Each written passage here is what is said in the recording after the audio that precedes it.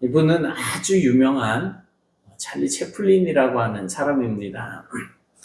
전 세계에 웃음을 주었던 이 사람은 사실 누구보다도 행복한 삶과는 거리가 멀었던 그런 어린 시절을 보냈었습니다. 그의 가족은 가난했고, 아버지는 알코올 중독으로 떠나버렸고, 어머니는 정신질환으로 병원에 입원을 했었습니다.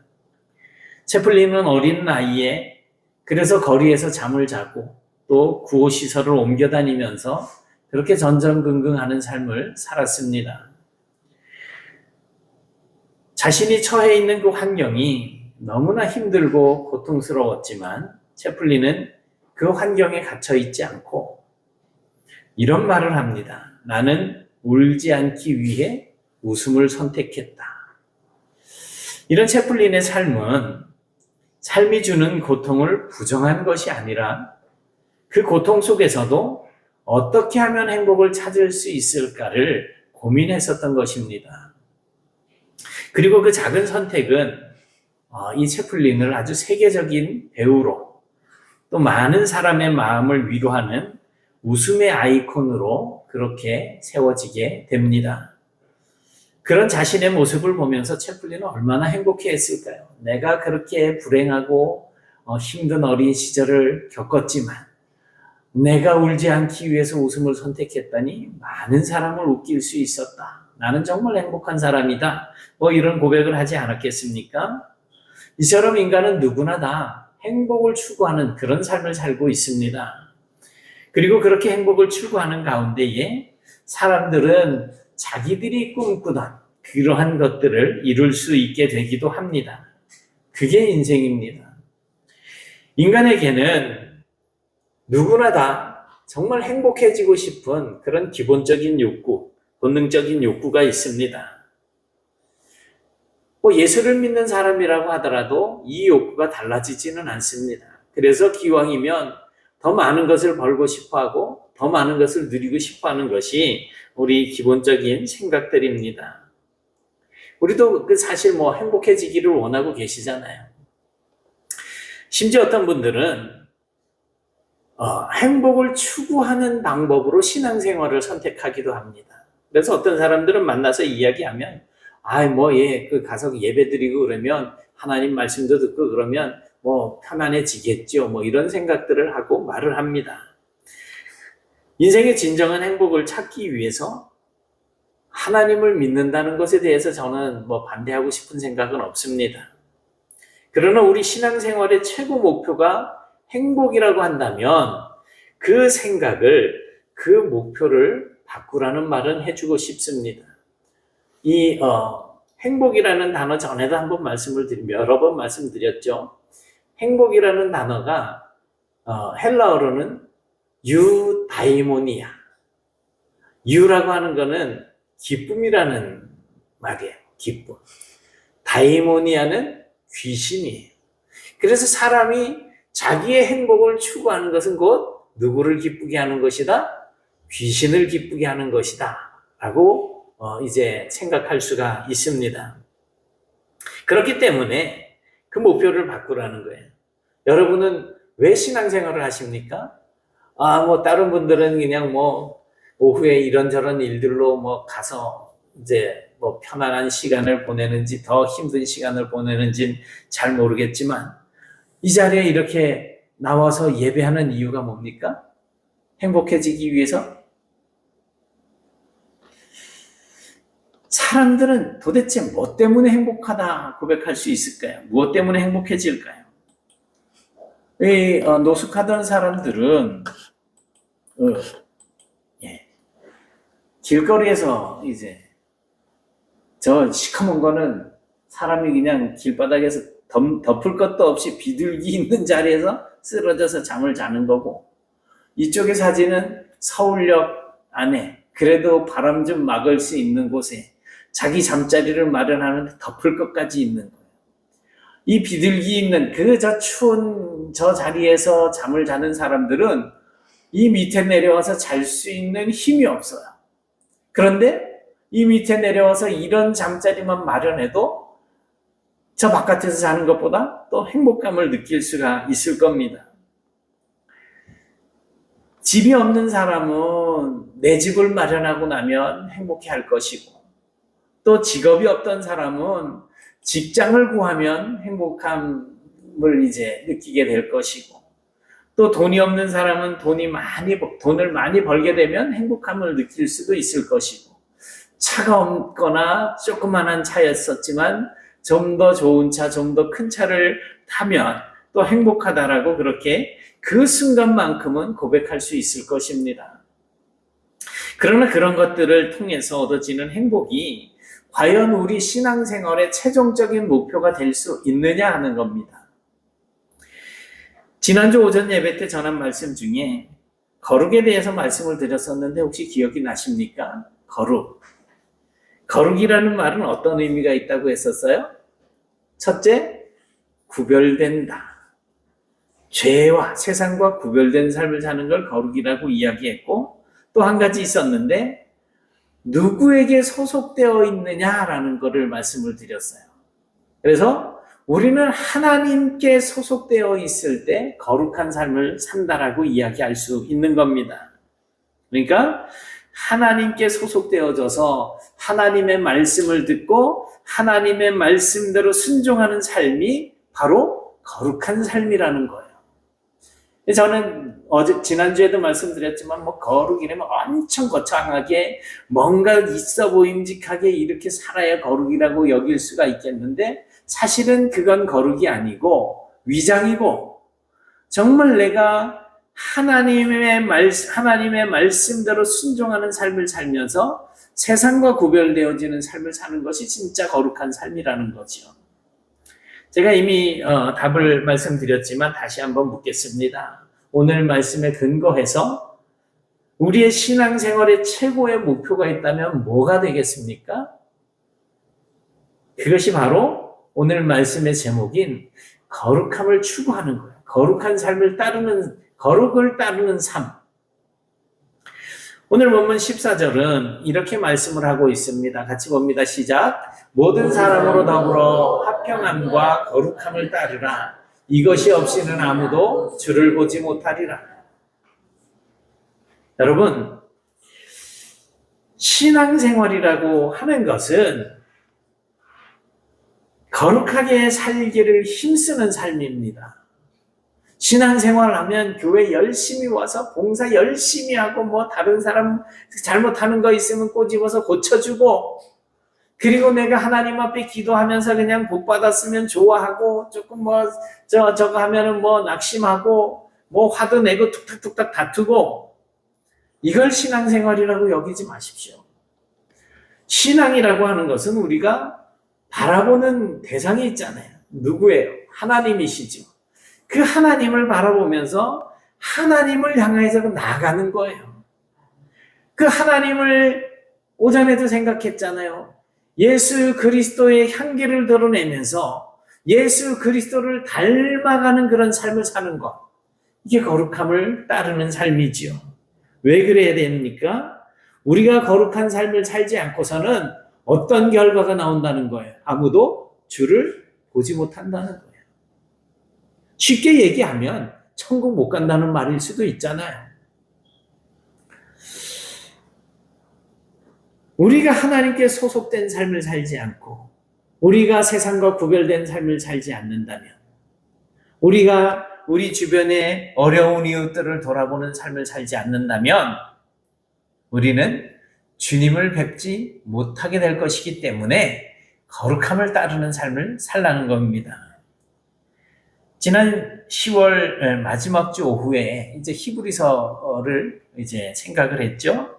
마라톤 이야기를 드리면서 주변 사람이나 또 환경을 바라보지 말고 오직 예수를 바라보면서 늦더라도 끝까지 고린 지점을 향해서 달려서 들어가는 것이 중요하다. 왜냐하면 신앙의 경주는 1등 꼴등이 없고 끝까지 완주하느냐라고 하는 문제라고 했었죠.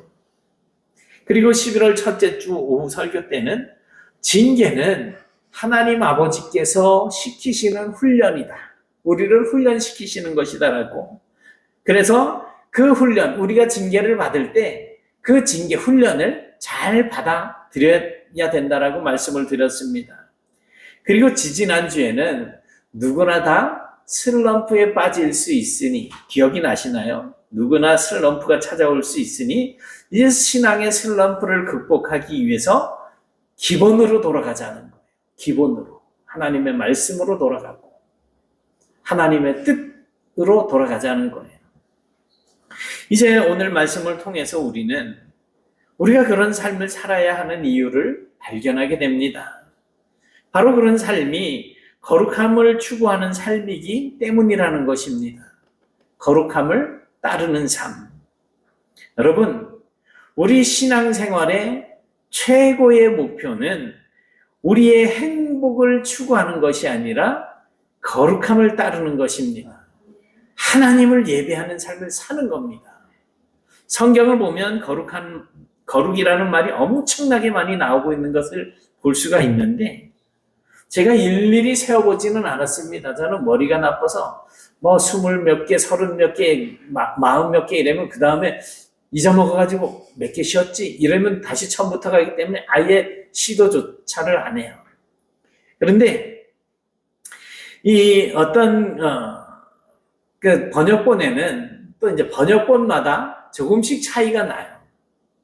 그래서 거룩이라고 하는 개념을 담은 단어들을 다 포함해 보면 훨씬 더 많이 사용이 되고 있을 것이지만, 어떤 자료에 의하면 우리가 보고 있는 이 개역개정, 이 한글 성경에는 대략 구약의 624회, 그리고 신약의 221회, 합이 845회 정도 그렇게 거룩이라는 단어가 언급되고 있다고 합니다. 이런 분들도 참 대단한 것 같아요. 사실은 한글 성경으로만 보는 게 아니고 원어 성경을 쭉 봐야 되니까 이게 쉬운 일은 아니에요. 근데 이렇게 많이 사용되는 단어가 그렇게 없습니다. 그러니 거룩이라고 하는 것이 그만큼 중요하다라는 뜻이죠. 성경을 저는 볼 때 오늘 이제 이렇게 4절이잖아요. 그러면 성경을 쫙 분해를 해요. 제일 먼저 나온 하나님 혹은 예수님, 성령님, 그리고 제일 많이 반복되는 단어, 그리고 그 뒤에 따라오는 동사, 동사가 반복될 수도 있어요. 이런 내용들을 이렇게 보면은 그 문단이 무슨 말을 하는지 그 내용이 쏙 들어와요. 그래서 앞으로 성경을 읽으실 때 그런 식으로 읽어보시면 돼요. 막 여러 번 반복되는 단어들 찾아보시면, 이 말씀은 요거를 강조하고 계시는 거구나 라고 할 수 있어요. 그러니 거룩이라는 단어가 이렇게 많이 사용이 된다고 한다면 정말 중요하다는 뜻입니다. 그런데 거룩이 무엇입니까? 거룩해진다라고 하는 것이 도대체 무슨 뜻입니까? 성경에서 우리에게 하나님만 거룩해야 한다라고 말하고 있지 않습니다. 하나님은 거룩하신 분이고 우리는 죄인이에요. 거룩하지 못한 존재여서 하나님만 거룩해야 된다라고 가르치지 않아요. 베드로 사도는 우리를 불러주신 하나님이 거룩하시니, 하나님이 거룩하시니 우리도 모든 행실에서 거룩해야 된다라고 이렇게 말씀을 하고 있습니다. 사실 인간은 어떤 수고를 하더라도 스스로는 거룩해질 수 없습니다. 우리가 원래 죄인이기 때문에 스스로 죄에서 벗어날 수는 없어요. 이미 날 때부터 죄인 아닙니까? 그러나 우리가 비록 죄인이기는 하지만 우리의 죄를 대속하신 예수 그리스도께 소속되어서 하나님의 말씀에 순종하는 삶을 통하여서 이제 우리가 죄를 멀리하는 삶을 살 수가 있다는 거예요. 죄를 멀리하는 삶, 그게 거룩한 삶 아닙니까? 지난주 오전에 우리가 거룩한 그 삶을 사는 방법 중에 한 가지 말씀을 드렸는데, 폐하법이라고 말씀을 드렸는데, 기억나세요? 폐하법.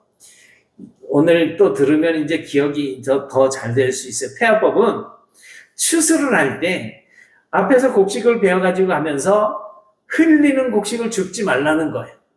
그리고 밭 모퉁이에 곡식들을 일부러 내버려 두라는 거예요. 고아나 과부나 가난한 사람들을 위해서 그들이 와서 주워가고 그들이 와서 베어서 먹을 수 있도록 과일을 따도 남겨두라는 거예요. 가난한 자들을 위해서. 그게 폐하법입니다.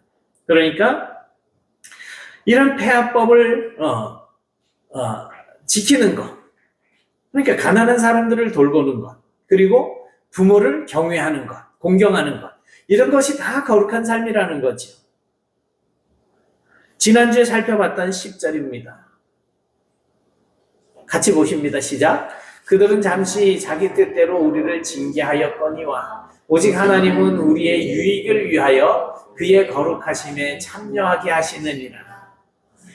하나님의 거룩하심에 참여하게 하기 위한 것이 누구를 위한 거라고요? 우리 자신을 위한 거라는, 우리의 유익을 위하여서 하나님께서 하나님의 거룩하심에 우리를 참여하게 했다는 거죠. 그래서 하나님이 우리를 징계하시고 하나님께서 우리를 훈련시키시는 이유는 우리를 하나님의 거룩하심에 참여하게 하기 위해서. 우리의 신앙생활의 목적은 우리 눈앞에 닥쳐있는 어떤 문제를 놓고 하나님 앞에 기도해서 문제 해결을 받기 위한 것이 아니에요. 물질적인 축복을 받기 위해서 신앙생활하는 것이 아닙니다. 우리의 신앙생활의 궁극적인 목적은 하나님의 거룩하심에 참여하게 되는 것입니다. 하나님처럼 거룩하게 되기 위함입니다. 하나님께서는 우리가 세상 사람들과 구별되지 않고 오히려 똑같이 되려고 할 때 우리를 징계하십니다. 세상 사람들처럼 욕심부리고 세상 사람들처럼 죄를 짓고 세상 사람들처럼 육신의 정욕을 쫓아서 살아가려고 할 때 하나님께서는 우리를 징계하십니다. 왜요? 우리는 세상 사람들과 구별된 삶을 살라고 부르심을 받은 하나님의 자녀이기 때문에 그렇습니다. 그렇기 때문에 세상 사람들과 똑같아져서는 안 되기 때문에 징계를 통해서, 훈련을 통해서 거룩함에 이르게 하신다는 것입니다. 여러분, 사람이 재판을 받을 때 무죄, 너는 유죄, 이 무죄와 유죄를 선고하는 기준이 뭡니까? 뭘 기준으로 이 사람은 죄인이다, 이 사람은 죄인이 아니다라고 이야기를 해요? 법이죠. 헌법입니다. 그렇다면 우리가 죄다, 죄가 아니다라고 구분을 짓는 기준은 뭡니까? 하나님의 말씀. 하나님의 말씀이죠. 하나님께서 하라 하면 돼요. 하나님께서 하라 하시는데 하지 않으면 그게 곧 죄인 거예요. 하나님께서 하지 말아라 했는데 그걸 하면 죄인 거예요. 선악을 알게 하는 나무의 열매를 먹지 마 그랬는데 먹었으니까 죄가 된 거예요. 안 먹었으면 괜찮아요. 생명나무 열매를 먼저 따먹었으면 그냥 영생하는 죄인이 될 뻔하기는 했는데 어쨌든 하나님께서 가라 하면 가고 서라 하면 서는 거예요. 부모를 공경하라 하면 공경하면 돼요. 근데 부모를 공경하지 않으면 그게 죄인 거죠. 하나님의 말씀이 기준입니다. 우리나라가 2015년, 그러니까 약 한 10년 전에 2015년 2월쯤에 간통죄가 없어지고 지금은 이제 동성애를 조장하는 그런 시대가 되어가고 있잖아요. 어렸을 때부터 동성애는 자연스러운 거, 재미있는 거 이렇게 가르치고 있어요, 학교에서. 성경이 간음을 죄라고 규정을 짓고 동성애를 죄라고 규정을 짓고 있는데 죄로 물든 세상은 그것은 죄가 아니라 즐거운 인생이다라고 강조를 하면서 가르친다는 거죠. 그리고 그것을 행복이라고 이야기하는 것입니다. 만일 하나님께서 거룩함이 아니라 우리가 행복한 삶을 살기 위해서 우리를 부르셨다면 우리가 간음을 하든 사람을 죽이든 무슨 짓을 하든 나는 그 일을 하고 나서 행복합니다라고 말하면 하나님께서 우리를 징계하실 이유가 없습니다. 왜? 우리를 행복하게 하기 위해서 불러주셨는데 그 일을 함으로써 내가 행복하다는데 우리를 징계하실 이유가 뭐가 있겠어요? 내가 남자여도 마음에 좀 드는 동성애를 좀 즐겨보고 싶다는데 그러면 행복하겠다는데 하나님이 뭐라 그러실 거예요? 내가 원하는 것은 수단과 방법을 가리지 않고 반드시 내가 가져야 행복하다는데 하나님께서 간섭할 리가 없잖아요. 행복하다는데 그냥 내버려 두시겠죠. 그러나 하나님은 우리의 행복이 아니라 우리의 거룩함을 위해서 불러주셨습니다. 그래서 때로 우리가 곁길로 갈 때에도 그냥 두지 않으시고 가르치고 교훈하고 때로는 채찍질을 해서라도 바로잡으려고 하시는 것입니다. 왜요? 사람이 아니라, 죄악된 세상이 아니라 바로 거룩하신 하나님을 닮게 하기 위해서 그런 것입니다. 우리는 그 부르심을 결코 잊어서는 안 될 것입니다. 그런데 오늘 본문에 그 부르심을 잊어버린 한 사람이 소개가 되고 있습니다. 바로 에서입니다. 여러분이 잘 아시는 대로 에서는 아브라함의 아들인 이삭에게서 쌍둥이 아들이 낳잖아요. 그 중에 첫째 아들입니다. 장자예요. 이스라엘 문화에서 장자는 특별한 권리를 가지고 있습니다. 이 장자가 가지는 권리라고 해가지고 장자권이라고 이야기를 해요. 에서는 간발의 차이로 동생 야곱이 자기의 발목을 붙잡고 따라 나왔어요. 이 쌍둥이가 뱃속에서 서로 먼저 나가겠다고 다투었대요. 그리고선 에서가 먼저 나왔어요. 물론 하나님께서 정해주신 순서기 때문에 바뀔 일이 없죠.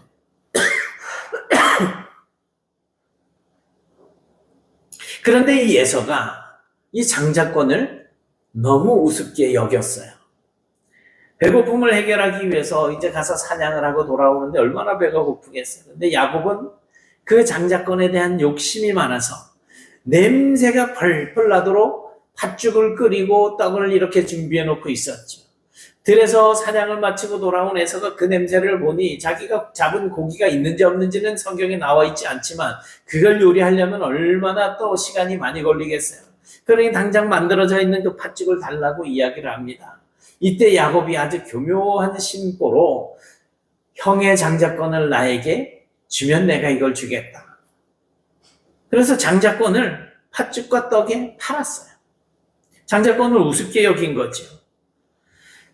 이제 동생 야곱이 아버지 이삭에게 장자의 축복을 받고 난 이후에 이제 에서도 자기가 아버지에게 가서 아버지 축복해 주세요. 제가 이 요리를 만들어 가져왔습니다 하니까 야야야 큰일 났다. 내가 이 장자에게 줄 축복을 네 동생 야곱에게 다 줘버렸네. 남은 게 별로 없어.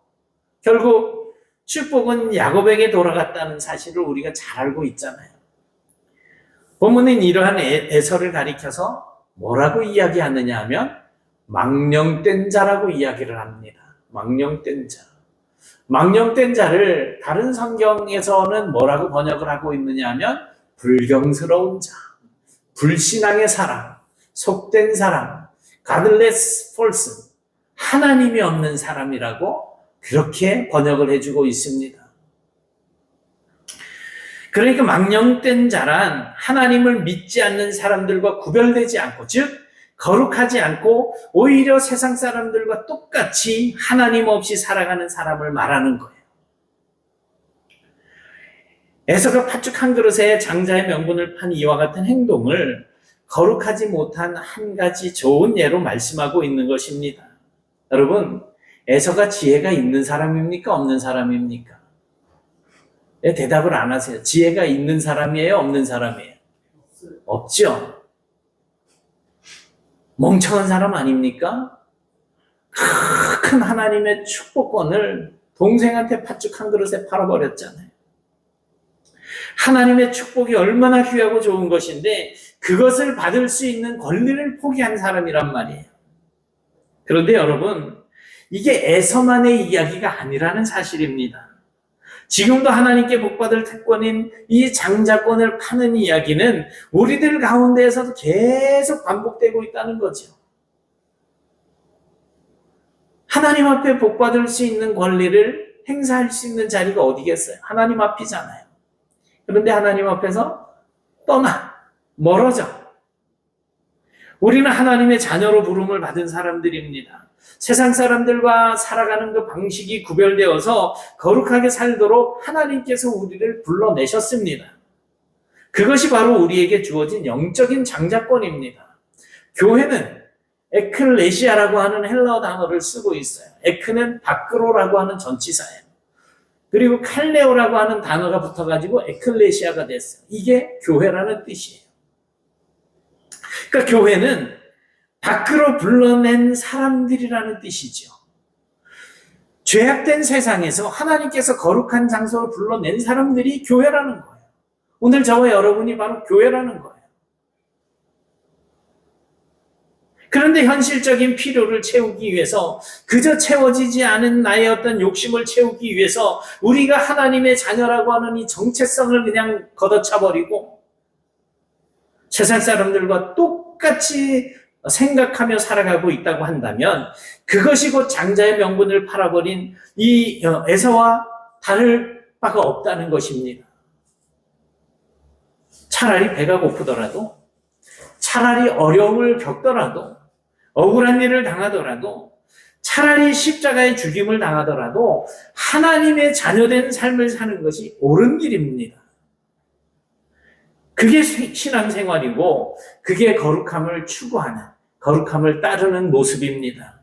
그러나 세상적인 행복을 추구하기 위해서 하나님의 부르심을 잊어버린다면, 그러고도 그것이 마치 아무 일도 아닌 것처럼 여기면서 살아간다면 그 사람은 이미 하나님께 속한 사람이 아닌 겁니다. 아무런 가책을 받지 않는다면.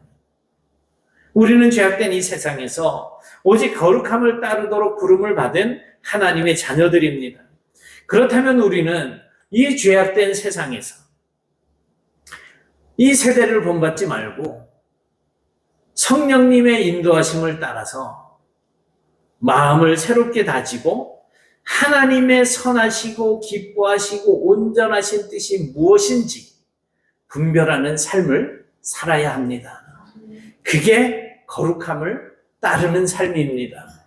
하나님의 말씀과 기도는 매일매일 채워져야 돼요. 그래야 날마다 마음이 새롭게 되는 거예요. 사도 바울은 나는 날마다 죽는다라고 이야기를 하거든요. 나는 죽는 거예요. 내 안에 그리스도가 사는 거예요. 옛날에 한때 열심히 신앙생활한 것 가지고 평생 울어먹는 사람들이 있습니다. 그러나 아니에요. 그럴 수 없어요. 거룩함이라고 하는 것은 매일 주님과 동행하면서 마음이 새로워지지 않으면 결코 이루어질 수가 없는 겁니다. 왕년엔 그랬을 수 있지만 지금 아니라면 거룩함이 아닌 거죠. 여러분, 거룩하신 하나님께서 우리에게 거룩하라고 말씀하십니다. 세상과 구별되어 하나님께 소속되어 예수 그리스도의 모습을 닮아가는 이 거룩함을 따르는 것이 우리 신앙생활의 최고의 목표라고 말씀을 하고 계십니다. 이 목표를 향해서 달려가는 신앙생활은 결코 단거리 경주는 아닙니다. 평생을 달려가야 할 경주입니다. 그러니 평생 날마다 기도하고 날마다 예배하고 날마다 찬양하는 그런 삶을 살아야 되는 것입니다. 이를 위해서 때때로 하나님께서는 우리를 징계도 하시고 훈련도 시키십니다. 우리가 세상 사람들과 똑같아지는 것을 경계하기 위함입니다. 가끔씩이라도 우리의 손이 피곤해지고 우리의 무릎이 연약해지기도 하지만 우리가 다시 신앙생활의 기본으로 돌아가도록 우리의 신앙의 훈련을, 우리 주님이 우리를 훈련시키시고 새롭게 하셔서 이제 신앙생활이라고 하는 장거리 경주를 끝까지 달려갈 수 있게 하실 것입니다. 문제는 하나님 앞에 서야 된다는 것입니다. 예배 자리를 떠나서는 안 됩니다. 하나님만이 우리를 거룩하게 변화시키실 수 있습니다. 우리 스스로는 할 수 없어요. 우리가 우리의 몸을 거룩한 산제물로 하나님께 드릴 때 주님께서 우리를 변화시키시고 사용하실 것입니다. 그러니 내가 주인 노릇하려고 하지 마시고 주님 앞에 내 삶을 내려놓으십시오. 그리고 매일 주님과 교제하심으로 마음을 새롭게 하십시오. 주님을 위해 구별된 사람이 되어서 하나님께서 우리를 마음껏 사용하실 수 있도록 그렇게 우리 자신을 하나님께 내어주십시오. 이와 같이 하나님의 능력과 은혜를 매일같이 체험하시면서 최후의 승리를 얻을 때까지 거룩한 삶을 살기를 힘쓰며 살아가시는 그런 복된 성도들이 다 되실 수 있기를 주님의 이름으로 축원합니다. 사랑의 하나님 감사합니다. 오늘도 저희들이 주님 앞에서 말씀을 듣습니다.